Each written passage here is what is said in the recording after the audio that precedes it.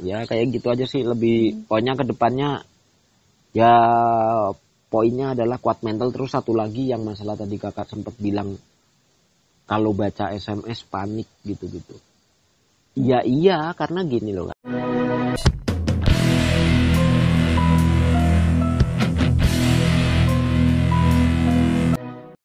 Dari grup katanya. Terus saya tanya suami saya, lupa kamu ada di WA enggak? Saya gitu. Terus dia bilang, belum, dia bilang gitu. Terus nggak lama dikirimin, di capture, dikirim ke saya, ini baru masuk WA-nya, dia bilang gitu. Tapi kan hanya di kontak darurat, hanya di suami saya, dan yang di suami saya bener gitu, dia yang dapat. Dan di adik saya, dia nggak dapat, tapi malah dia dikirimin orang. Gitu. Jadi aneh. Ya udah, nanti yang itu ya udah, tinggal nanti ada lagi nggak, coba deh. Soalnya masih belum nemu juga saya jawabannya apa gitu loh. Tapi kalau misalnya dia nanti misal ternyata sampai ya, dia WA ke nomor di luar kontak darurat yang ada di HP saya, memungkinkan berarti ya? Iya, oh ya memungkinkan, iya, tapi kemungkinan itu kecil juga gitu. Kenapa gitu ya? Karena memang sejatinya yang tadi saya bahas ya, ketika perizinan akses gitu ya. Perizinan akses itu kan cuma kontak darurat, cuma kamera gitu, itu nggak ada kontak kan gitu ya, jelas nggak ada kontak kalau legal. Kamera sama lokasi biasanya. Lokasinya mikrofon biasa, itu wajib lah, karena emang itu perlu gitu. Nah, kalau seumpama nggak ada kontak kan harusnya emang tidak, maksudnya gini, kalau seumpama tiba-tiba ada gitu, yang tadi memungkinkan atau tidak, saya jawab kemungkinannya kecil gitu. Mereka bisa tahu kontak kita dari mana, kan perlu jadi pertanyaan itu tadi gitu ya. Nah, iya betul. Kalau tiba-tiba ada deh, seumpama kita anggap buruk ada gitu, kebetulan dapat nih di luar kontak darurat gitu. Berarti kan kita cuma gini, loh kok ini tahu ya? Kemungkinannya hanya yang pertama, kontak darurat kita berkhianat. Itu ya, dalam arti ngasih yang tadi saya cerita di awal tadi, yang orang lain. Yang kedua, ada suatu sistem yang tidak terlihat gitu ya, yang tidak terlihat mata gitu, ternyata bisa ngakses nih gitu loh, bisa ngakses kontak kita gitu. Karena yang terlihat di mata kan jelas tuh, aksesnya cuma kamera ini gitu. Ya paham. Ya itu aja sih. Atau kemungkinan lainnya ya tadi, kemungkinan yang berikutnya, karena kakak pernah berurusan sama pinjol ilegal walaupun udah lunas, ya bisa aja dia yang berulah lagi gitu. Oh gitu. Terus itu kan terjadi karena dia kemarin nggak bisa akses WA saya, mungkin centang satu ya. Nah sekarang kan posisinya WA-nya udah di masnya udah aktif kan ini. Itu terus nanti gimana? Gimana apanya? Apa yang akan dilakukan dengan WA yang saya yang sudah aktif jenengan? Yang perlu diketahui adalah gini kan. Ketika kita belum mampu bayar ya, belum mampu bayar itu, WA aktif atau tidak sebenarnya, itu sebenarnya dibilang pengaruh, nggak pengaruh juga, dalam arti gini, selama kita belum bisa bayar, WA aktif, mereka akan lari ke karena mungkin akan ada beberapa pertanyaan, mungkin kakak juga yang dimaksud seperti ini, karena WA kita nggak aktif, terus mereka nagih ke kontak darurat gitu ya. Itu sering sekali pertanyaan seperti itu. Jadi sebenarnya nggak gitu juga konsepnya. Jatuhnya gini, kontak darurat itu dijadikan alat penyambung atau pihak ketiga untuk biar kita bayar. Aslinya itu biar kita bayar ya, bukan biar kita bisa dihubungi. Pengertiannya seperti itu. Jadi artinya ketika kita belum bisa bayar, mau aktif mau enggak, bahkan mau kita bales saja gitu, DC-nya kita tanggepin terus nih, tetap aja bukan nggak mungkin mereka kan kontak darurat juga kok. Karena tujuan DC adalah gini, biar kita ditekan oleh si kontak darurat ini, gitu loh. Iya paham. Otomatis kan si kontak darurat risih kan, otomatis terus nanya ke kakak terus kan, dan kakak merasa waduh nggak enak nih sama kontak darurat, bayar. Itu tujuannya itu. Jadi artinya nggak ngaruh mau itu aktif atau enggak. Ketika dia ke kontak darurat ya udah gitu. Emang pasti itu. Makanya satu lagi kuncinya yang terpenting justru malah begini. Kita mengkondisikan si kontak darurat nih. Pertama minta support, yang kedua Yang kedua meyakinkan mereka, bukan meyakinkan akan segera saya lunasi, jangan, tapi meyakinkan mereka untuk mereka jangan respon. Karena kuncinya adalah ketika mereka respon, mereka akan semakin jadi. Si desa akan semakin jadi gitu. Udah tak beri pengertian sih. Kalau suami saya paham lah pasti ya. Kalau adik saya ini, tapi udah tak kasih pengertian. Enggak sih, artinya sebenarnya tuh kayak gini, contoh mama suami paham, adiknya nggak paham. Contoh sebenarnya gini aja sih, maksudnya gini. Permasalahan ini kan bisa menimpa ke siapapun. Jadi artinya balik lagi, kita harus benar-benar bisa untuk terus memberi pengertian sampai dia mengerti. Dalam arti, mungkin coba kita balik posisinya, kalau jadi saya apa segala macam gitu-gitu ya pintar-pintar kita lah untuk mengkondisikannya. Iya mas, paham. Oke, berikutnya pertanyaan apa lagi? Tak jawabin semua nih. Sejauh ini sih saya sejak gabung sama masnya itu memang lebih tenang, lebih gimana ya, deg-degannya tuh nggak banget gitu loh, nggak sampai yang bikin asam lambung saya naik tiap hari saya harus muntah-muntah, nggak, udah nggak begitu, udah lebih tenang, udah lebih, apalagi udah ceritakan, maksudnya udah jujur ke adik-adik, udah ke pimpinan juga udah cerita, ke saudara-saudara yang terdekat dengan saya udah pada tahu semua sekarang memang posisinya. Itu memang aku lebih lega gitu loh. Setidaknya saya nggak merasa saya sendiri. Ada mereka yang selalu support saya, itu sih yang terutama. Cuman kadang-kadang ya gitu, pagi bangun itu masih yang deg-degan. Nah itu tadi saya garis bawahi. Nah itu menarik tuh yang kakak bilang barusan. Pagi-pagi bangun apalagi ya hari ini. Jadi sebenarnya itu bahasa itu aja, bahasa yang kakak barusan ngomong apalagi hari ini. Itu pengertiannya banyak loh. Itu saat kata-kata seperti itu. Halo? Iya, suaranya hilang. Oh. Gimana? Oke, yang tadi sampai mana ya? Sampai yang pagi-pagi. Ini. Jadi gini.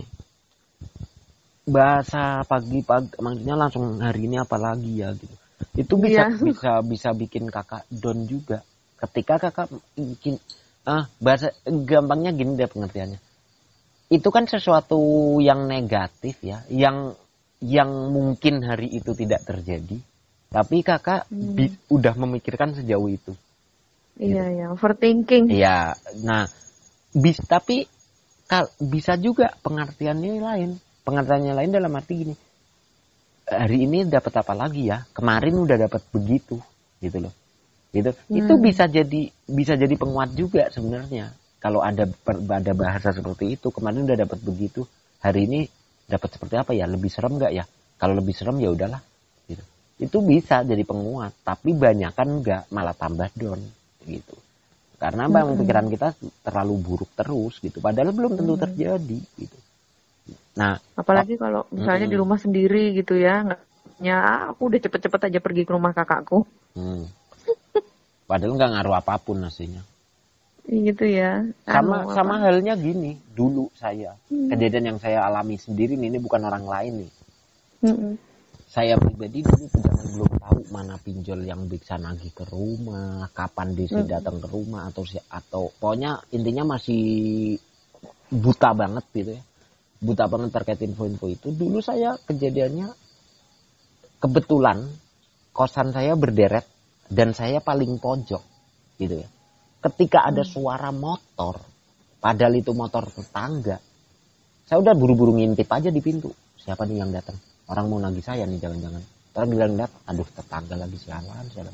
Itu saya dulu ngalamin hal itu kok gitu. Jadi maksudnya separno itu gitu. Itu saya ngalamin karena emang balik lagi saya belum tahu nih info DC yang ada DC-nya aplikasi yang ada DC-nya mana, yang kapan mereka datangnya gitu-gitu. Saya separno itu, saya ngalamin itu kok. Tapi setelah saya udah mencari info ke sana kemari, secara masih mending kakak lah, ibaratnya ada yang mementori atau memberi arahan gitu. Kalau saya dulu kan enggak, benar-benar inisiatif sendiri, coba saya nyari Google lah, coba saya ke Facebook lah atau apa gitu. Cuma sekedar buat nyari info gitu.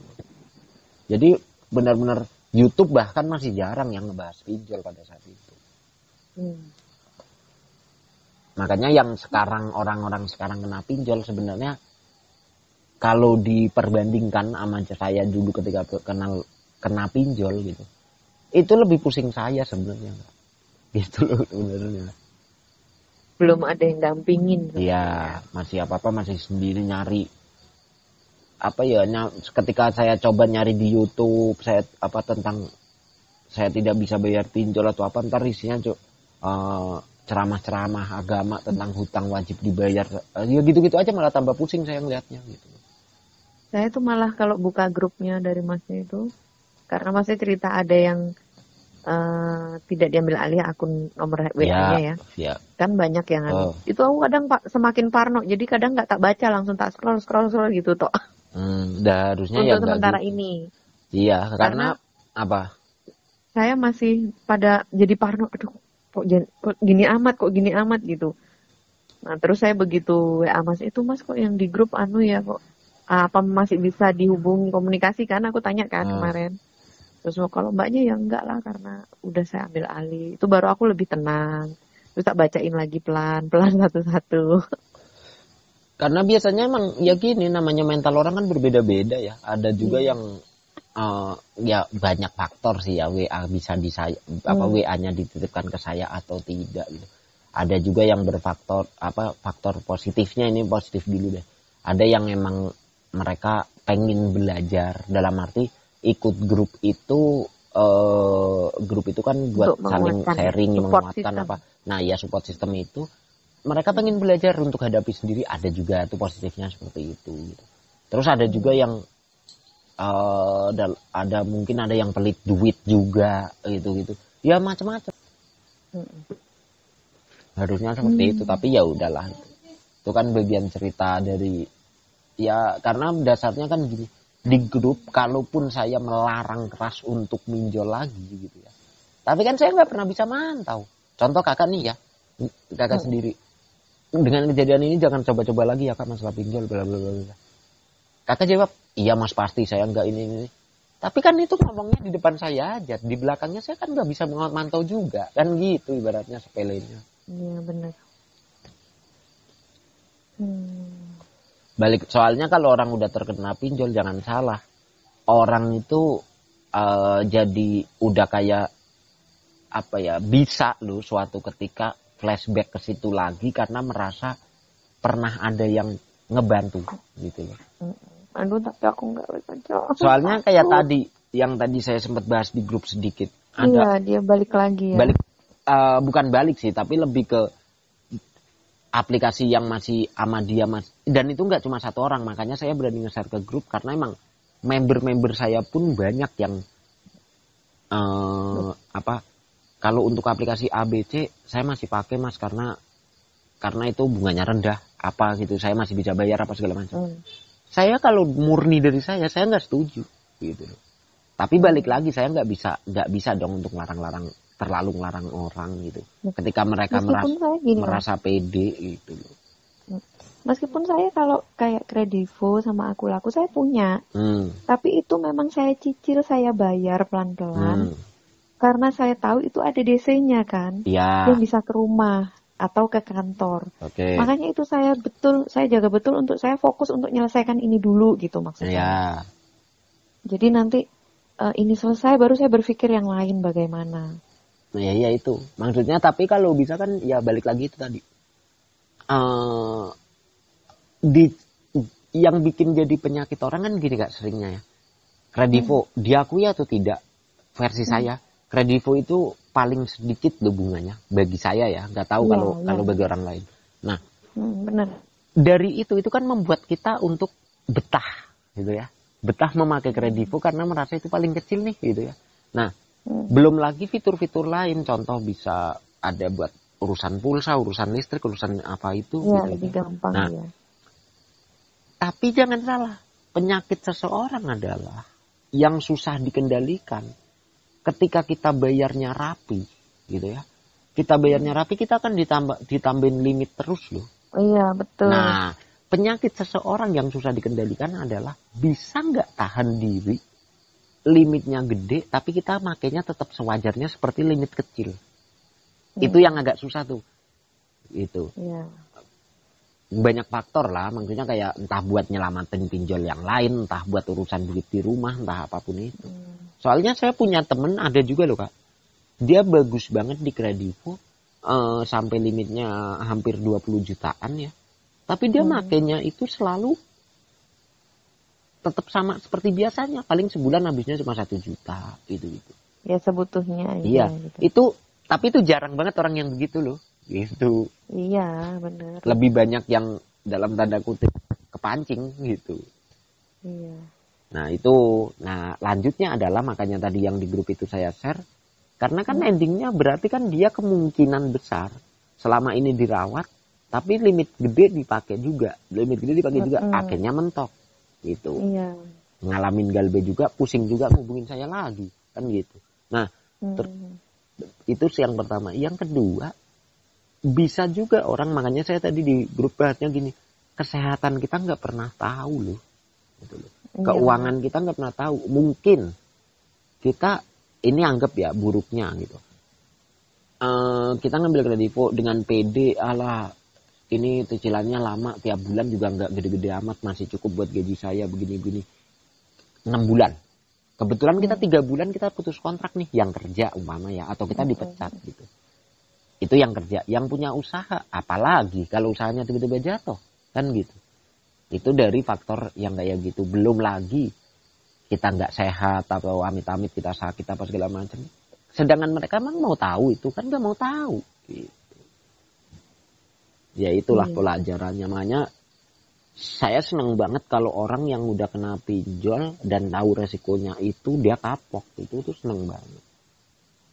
Iyalah kapok. Aku aja udah kapok Mas. Kamu lagi. Karena kalau di survei saya, orang kena pinjol itu lebih banyak yang nggak niat galbe daripada yang niat galbe. Yang niat galbe emang ada, yang dari awal emang di setting sedemikian rupa gitu. Nguras duit pinjol itu banyak juga yang emang niat gitu loh. Ya itu udah tatak banget berarti orangnya ya. Ya, ini gampang sih hal-hal kayak gitu. Contoh ini saya contohin aja ya. Kayak kakak mama nih, kakak udah tahu nih resiko begini, resikonya ini. Tiba-tiba kakak ngajarin temennya atau ngajarin saudaranya atau siapapun. Tapi karena kakak udah tahu ini bakal lari ke kontak darurat, ini bakal lari ke tempat kerja gini-gini. Otomatis kakak ngomongin ke teman kakak dong untuk kontak daruratnya nomor yang gak aktif. Kontak daruratnya nomor ngambil aja di mana kek atau apapun gitu. Kan bisa aja ngajarin begitu. Gitu. Tapi kan ya kalau bisa sih jangan juga. Gitu. Iyalah. Jerumusin orang gitu. Menjerumuskan orang benar. Ya kayak gitu aja sih, lebih pokoknya ke depannya ya poinnya adalah kuat mental. Terus satu lagi yang masalah tadi kakak sempat bilang kalau baca SMS panik gitu-gitu. Ya iya karena gini loh kan, ini penjabarannya, makanya saya bilang dan di YouTube saya juga sering ngomong. Semua bentuk penagihan apapun kalau bisa selama mental kita belum terbentuk, kalau bisa itu jangan pernah kita melihat itu gitu. Yang tulisan nih ya, saya bicara yang tulisan, baik itu email, WhatsApp atau SMS. Karena apa? Ketika kita ngebaca itu, ya itu udah otomatis bakal kita serap ke otak kok, gitu loh. Otomatis kita serap ke otak kita dituntut untuk bekerja, untuk mikir kan gitu. Makanya bener, tapi sejak nomor HP-nya ini ganti, kan HP saya 2 memang, yang satu nomor yang lama, yang ini yang saya pakai nomor yang baru kan. Sejak saya pakai nomor yang baru ini memang lebih tenang Mas, karena udah nggak ada yang nagih-nagih, udah nggak ya nggak ada lah kalimat-kalimat yang kasar-kasar kayak gitu tuh, aku udah nggak kebaca. Cuman kalau Sekarang nih posisinya kalau mau pegang HP lama tuh jadi takut gitu. Duh, ini ntar kebaca lagi gitu. Iya, iya, iya. Makanya dulu malah karena ada timku yang di grup yang kalau ngomong, kalau yang masih takut sama DC, kalau nomornya masih pengen tetap aktif, simpen aja di HP yang kira-kira nggak penting. Syukur-syukur punya HP tulalit atau apa. Taruh aja nomornya di situ, HP-nya simpen dalam lemari, nggak usah pernah dibuka. Ada juga Bisa yang itu dimatiin aja boleh gak sih? apanya? Handphonenya yang satu itu. Ya nggak apa-apa, boleh-boleh aja. Maksudnya biar saya nggak kebaca lagi Iya, gitu. Udah ya saya nggak simpen apa-apa. aja handphonenya. Cuma yang pesan saya cuma satu. Eh, selalu diingat masa aktif pulsanya aja. Gitu. Jangan sampai mati aja kartunya. Karena pada dasarnya suatu saat kartu itu pasti dibutuhkan. Gitu loh. Dalam arti gini, kakak suatu saat tuh punya rezeki lebih, pengen bayar pinjol, tetap ada login pakai nomor itu, gitu-gitu segala macam. Jadi jangan sampai Itu mati. Gitu. kemarin sempat kepikir apa saya restart ulang aja wes HP-nya gitu ya. Terus aku matiin, aku simpen gitu. Ya boleh aja, nggak masalah juga. Boleh ya gitu ya. Ya boleh aja. Nanti suatu saat udah kuat baru diaktifkan lagi kan gitu. Tapi ya itu tadi. Iya. Kalau mau ngaktifin cuma sekedar ngeliat masa aktif. Oh mas, udah mepet isiin pulsa, matiin lagi Iya, gitu-gitu iya. aja. Iya sih. Benar-benar paham. Ya semoga deh nanti lain kali kalau besok-besok masih mau butuh anu saya WA ya Mas ya. Oke mbak, oke mbak. Nah, rasanya sudah lebih kuat sih insya Allah. Oke siap. Paling ya kalau masih overthinking dikit-dikit, kalau pas sendiri di rumah gitu, anak-anak pas keluar, itu baru inget lagi. Tapi masih berusaha cari cara untuk menyelimur jadi nggak fokus ke itu lagi gitu. Sementara sih kayak gitu. Ya udah, siap lah. Ya, Pokoknya. terima kasih banyak ya Mas ya. Iya, ya kalau pas lagi ini baca-baca di grup kan lucu-lucu, nimbrung aja udah. Iya. Saya masih suka liatin YouTube-nya Masnya, masih tak dengerin ini gimana sih maksudnya gitu. Ya emang Masih menurut saya liatin sih, maksudnya menurut saya sih hal-hal kayak gitu. Tapi kalau bisa nontonnya ya benar-benar pas waktunya, benar-benar free banget. Jadi fokus kita nggak kemana-mana gitu. Iya. Memahaminya pun gampang. Tapi kalau kita lagi cuma disambi, jadi gini, nggak cuma terkait pinjol ya, apapun gitu. Kalau menurut saya, selama itu edukasi, kalau kita nonton sebuah edukasi tapi kita nggak terfokus ke situ ya percuma kan gitu. Iya benar. Lagi sering-sering ini tadi aja nih sebelum WA nama telepon Masnya aku masih liatin itu yang di-share di grup, yang daftar pinjol yang punya DC kan, ada kan. Terus saya liatin itu tadi, oh iya, terus aku capture. Tak bacain satu-satu, oh gini toh ternyata. Karena saya kan betul-betul tidak paham. Iya. Tidak pernah berada di situasi kayak gini nih, nggak pernah. Dan nggak paham, makanya saya buka-buka YouTube-nya Masnya itu tak dengerin. Oh begini ternyata. Setidaknya kalau saya tahu kan lebih tenang saya ya. ini aja belum upload lagi udah lama banget ini. Lagi ruwet banget dari kemarin, lagi banyak urusan soalnya. Iya Mas. Ya udah kayak gitu aja, nanti kalau udah nanti lain kali kalau besok-besok saya WA aja. Oke. J, matur suwun sangat. Iya Mbak, sama-sama Mbak. Ya, Assalamualaikum. Waalaikumsalam warahmatullahi wabarakatuh.